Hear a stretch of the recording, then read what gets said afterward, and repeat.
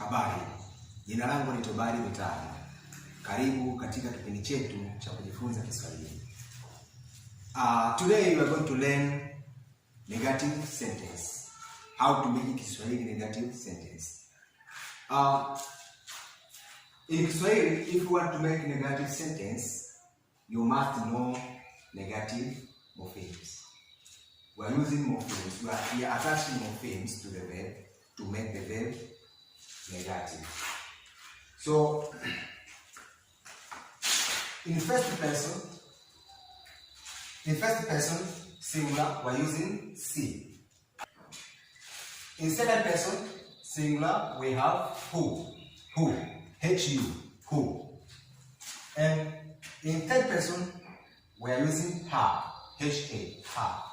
In plural, we are using her-to in first person, her-to, H-A-T-U, her-to.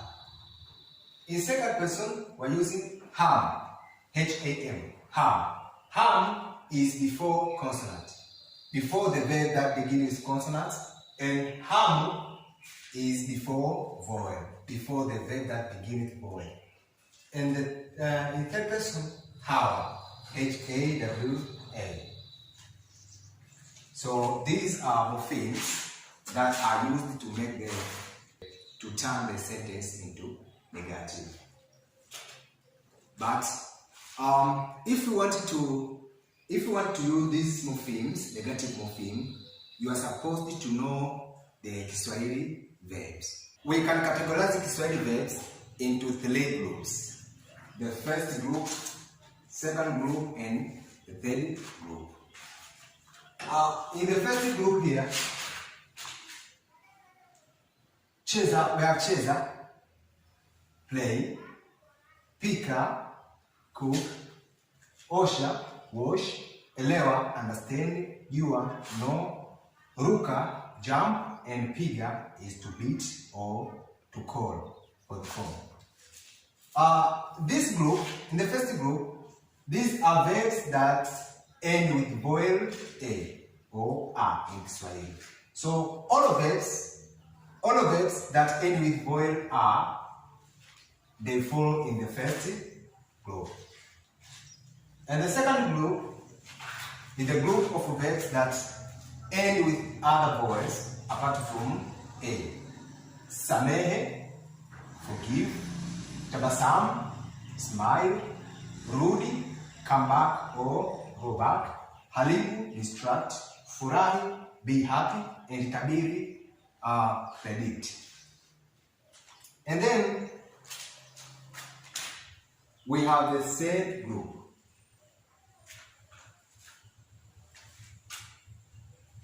Kula, eat or to eat. Kuja is come or to come.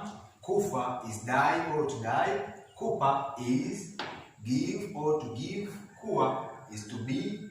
Kua is to grow. To grow. To grow. So, if you want to use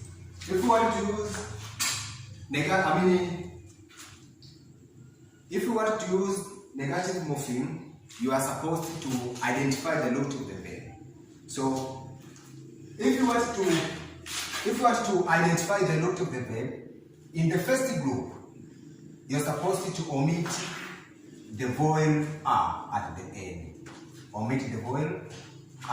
So, the root of the verb cheza, that is chase.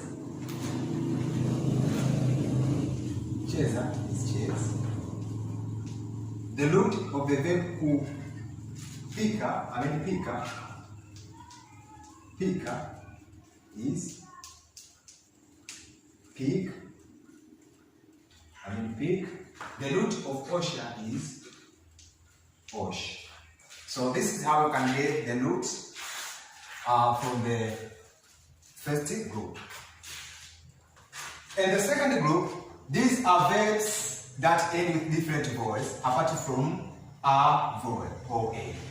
So all of verbs that end with different vowel they fall in the second group. So if you want, the root of this verbs, we are not omit the vowel at the end in this group. So these verbs are remain the same. Okay? So the root of samehe is samehe. The root of tabasamu is tabasam, and lud is lud. They not change. And in third group, in order to get the vowel, these are verbs that end with R, end with vowel R or A, but begin with ku, ku. End with R, but begin with ku. And most of these verbs have two syllables. Kula, kuja, kufa, kupa, kua, and kua. So if you want to get the root of these verbs, omit R at the end, and then omit ku at the beginning and R at the end. Ku at the beginning and R at the end. So this means that the root of the verb kula is yellow. The root of the verb kuja is J. The root of kufa is F. And remember, we omit ku at the beginning because in Swahili, ku at the beginning of the verb is regarded as infinitive.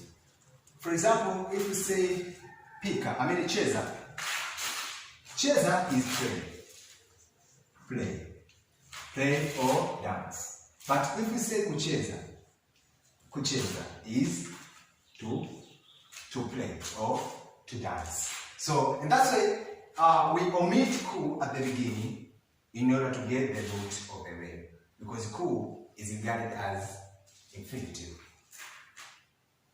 The root of kupa is P.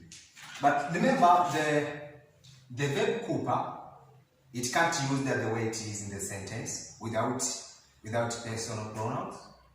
We cannot say kupa without personal pronouns. We say kupa, maybe kumpa, to give him or her, kuapa, to give them.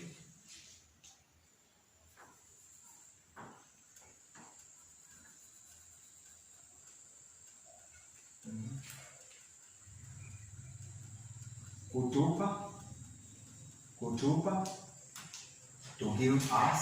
So it cannot use that the way it is. And then we have the verb kua. Kua is to be. So the root of kua is W. And then we have kua. Here we omit a and ku, a and ku, a and ku, a and ku. But the verb kua, and the verb kua, it doesn't follow this rule, because if you omit a and ku, nothing will remain here. Nothing will remain. So in verb kua, we are not omitting ku. We omit a at the beginning, but the word ku remains. So the root of kua is ku. So these are Kiswahili roots. These are roots of Kiswahili verbs. So if you wanted to make negative sentence, first of all, identify the root of the verb, and then use negative. After that, use negative morphemes. For example, if you want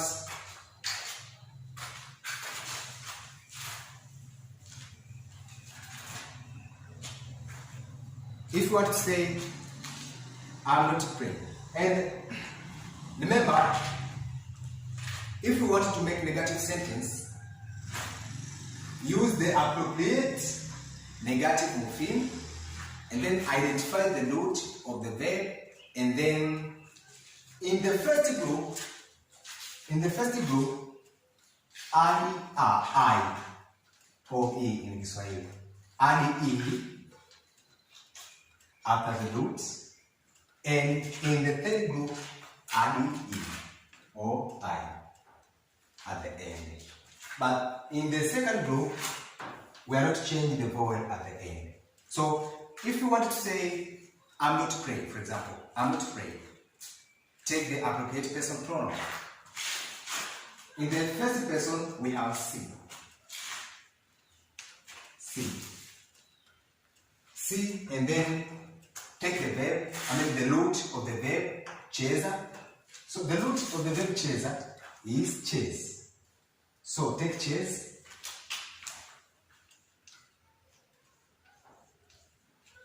And then add I at the end. I. So sichezi. Sichezi is I'm not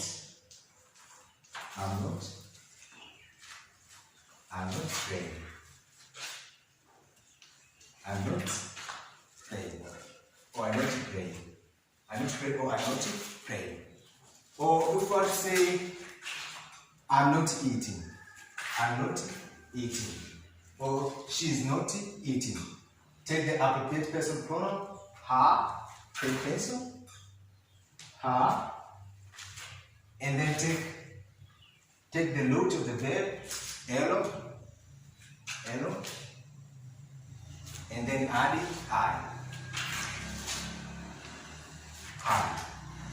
Her is she is not eating. She is not eating or she is not eating. Okay? If you want to say,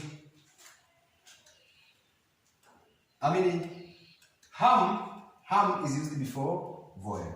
For example, if we say ham oshi, ham, if you want to use the verb osha, because the osha begin with vowel a, vowel o. So if you want to use it in third person, in second person plural, say ha.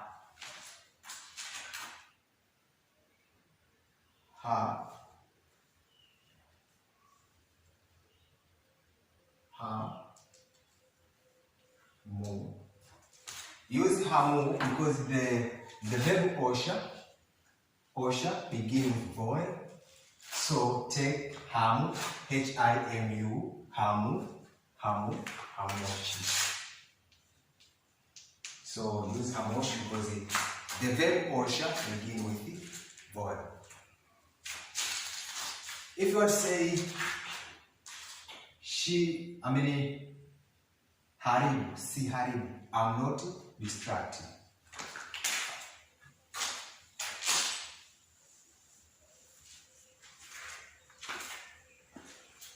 I'm not distracted, si haribu, the first person, negative, si, take the root, haribu, this one, haribu,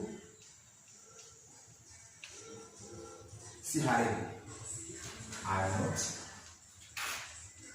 not distracted. I'm not distracted. So here is how we make Kiswahili negative sentence.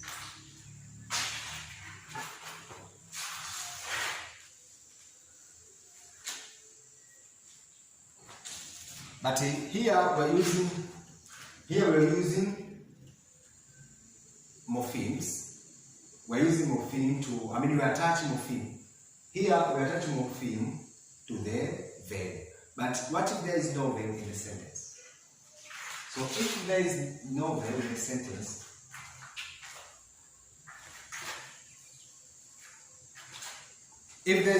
the sentence, we're using independent person, we're using independent, negative, independent.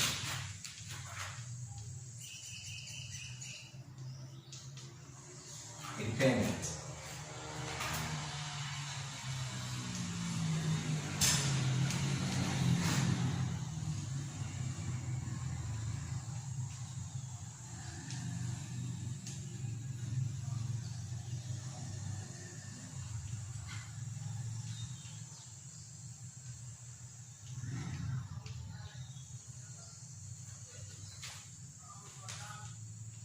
So seal, O-C, is not. So we're using not.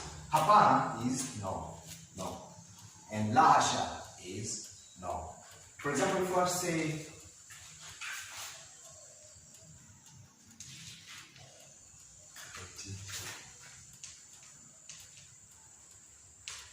I'm not a teacher. I'm not a teacher. So there is no verb in this sentence. So we can't use morphemes. We can't use these morphemes because there is no verb in the sentence. So here we're using dependent negative morpheme. I am. If you remember, in our previous lesson, we have learned about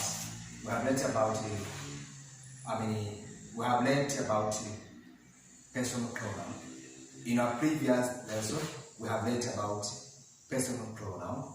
So here we are using independent personal pronoun. We're using independent personal pronoun, mimi.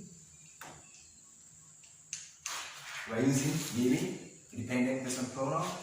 And then we're using sio, not. Not is sio or si. So you can say mimi sio. Mimi sio mwalimu. There is no articles in Kiswahili. So here I say mimi sio mwalimu.